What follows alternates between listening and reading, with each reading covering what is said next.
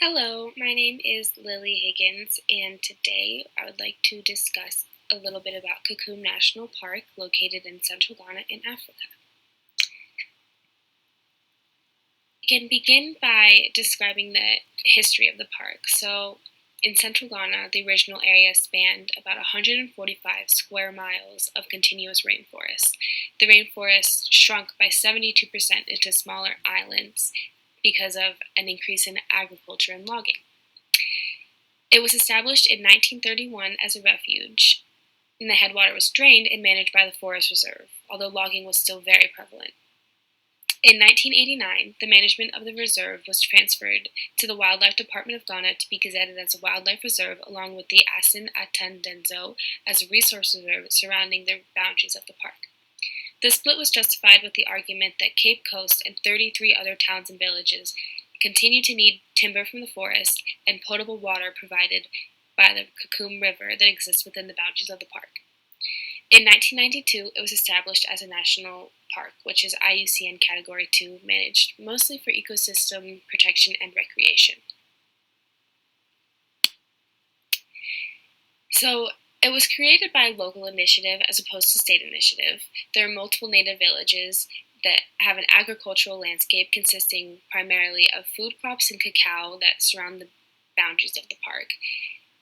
They understood that there was important watersheds that exist within the park, and a need to protect the resources became apparent as populations in the area stayed stable and logging and resource extraction became more apparent. Creation of the national park and bordering forest reserve banned logging, although illegal logging and foresting of harvest timber still occurs. The stakeholders in this include villagers, consisting mostly of farmers, the Wildlife Department of Ghana, the Forest Reserve, and individuals who participate in illegal logging of timber. Each of these groups would be affected very differently depending on the management decisions that are made. The Museum of Monuments Board of Republic of Ghana proposed that UNESCO declare the park a Natural World Heritage Site under Criteria 7, which reads, contains superlative natural phenomena or areas of exceptional natural beauty and aesthetic importance, and Criteria 10, which reads to contain the most important and significant natural habitats for in situ conservation of biological diversity, including those containing the threatened species of outstanding universal value from the point of view of science or conservation. The submission made the list in 2000 as listed under tentative lists of World Heritage Sites. During the establishment of the park, contestants included forest timber loggers, and even though the park was supported by natives and locals, native people who have depended on the resources for foraging and hunting, now that it's national park grounds, natives get beaten and arrested for participating in subsistence activities that they always have. Something very cool and unique to Kakum is a canopy walk, which consists of 7 suspension bridges that are 130 feet above forest floor. The tree lines are about 160 feet, so this allows the views for the canopy that give the most opportunity to see wildlife, such as the Mona monkey or yellow-billed thuraco, that isn't necessarily visible on the ground floor trails. We can talk about some threats to Kakum. One of the threats is pollution of the rivers. Polluting chemicals that are used for fishing often run into the rivers, as well as runoff pollution from croplands causes issues for the surrounding rivers as well. Kakum contains the headwaters for 4 major rivers that supply over 500,000 people, so pollution of these rivers is a main concern. Another threat is the harvest of vegetal materials. So now that there's restricted access to the forest, it adversely affects the livelihoods of local people, especially women who depend on harvesting of non-timber forest products, such as medicinal plants, charcoal for burning, woods for fires, and illegal logging is a large issue as well. I'd like to spend some time talking about the focal threat that is affecting Kakum, and that would be illegal poaching. So, from illegal poaching stems human-wildlife conflict. Elephants that are looking for food wander onto farms surrounding the park and raid the croplands of farmers. This leads to retaliatory killings of elephants on the farmers' part in order to try to protect their crops and their livelihoods. Locals using the reserves, as they have for centuries, hunt wild game and sustenance as well, which is a little bit of a human-wildlife conflict too. There is also conflict between local people and park patrol staff. There is conflict in their use of natural resources, which we can go over in a little bit.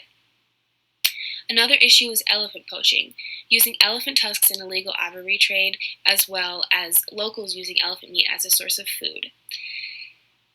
There is also a problem with the death of park staff because poachers kill the staff in order to access the elephants to poach. And poaching then decreases tourist activity in the national park and in turn causes problems for locals because they will get less revenue from the tourist travel. So just kind of a recap of the focal threat. The focal threat is illegal elephant poaching. The indirect threat is wildlife conflict between peoples and animals, specifically elephants. The underlying threat is the different values and perceptions that both park staff have and native locals have about the use of natural resources. And a little bit of history plays a role as well because the conflict stems from a difference of use of natural resources. Native people have always appreciated the mutualistic relationship between humans and nature, and with colonization, what conservation practices mimic now, came the idea of pristine wilderness that holds value in the separation of humans and nature. Now we can discuss management practices in two different ways, the first being a community engagement approach with local communities and farmers. So things that have been included into the farming communities are things such as deterrent techniques, which include warning shots and noise lighting systems, detection efforts, which include motion detectors, human patrols, and tripwire systems, fencing and trenching, which includes planting chili pepper fencing and encouraging farmers to place beehives on their properties, and lastly, preemptive measures, which include smart cropping, decoy foods, decreasing rubbish availability, encouraging elephants to use natural corridors, and encouraging people to create clusters of farms rather than isolated farms. This falls under management principle number 7. The threat will be diminished when protected areas are managed as part of a community effort to achieve conservation outcomes. We can also discuss how management is trying to address illegal poaching within the boundaries of the park. So one thing that's happening is returning the revenue and benefits of tourism and recreation to local communities. This allows for recreation spectrum to be present as a management plan. By integrating the community into the benefits of tourism, locals will rely less on illegal modes of income such as elephant poaching. And involving local knowledge and voices in management decisions in the park is incredibly important. This is management principle number 9, which is effective community education and engagement may reduce threats to protected areas. Another thing that is happening on the park staff's part is increasing the regulation and laws in the area. So increasing knowledge of weapons and guns that are popular for poachers to use, as well as increasing the number of park and patrol staff in the area. Lastly, increasing trackers and sensors in order to monitor poachers. This falls under management principle number 10, which reads that regulations coupled with adequate policing may be required to address some threats. Lastly, education of locals about how poaching can be harmful to the environment and the community is important, recognizing that there is a difference in the way that indigenous people and Western conservation science use natural resources and informing people about the differences and values of each. We can now discuss the successes and failures of management practices in two ways once again, beginning with community engagement. There is a failure of cordiality between locals, peoples, and park staff. Failure of inclusion of local people in decision making. There is the idea, but no execution of actual inclusion.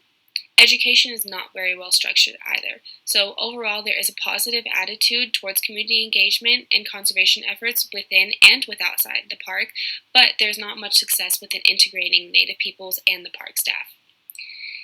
The second aspect of management tools used we can discuss the successes and failures of are the management of illegal elephant poaching.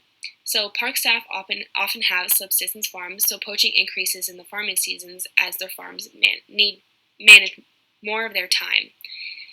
Precipitation efforts affects the park staff willingness to work as well, and the inconsistency in patrols align with inconsistencies in income. So in spite of financial and social concerns, patrolling staff is successful in mitigating illegal elephant poaching, although there are small fluctuations of success in different times of the years depending on rainfall and farming. Overall, Kakum is a beautiful, natural, wonderful area that deserves conservation efforts that include local and Western science knowledge. I would also like to include here my references that I used for all of my written sources, as well as this next page includes sources for the images that were included in this presentation. Thank you so much for your time.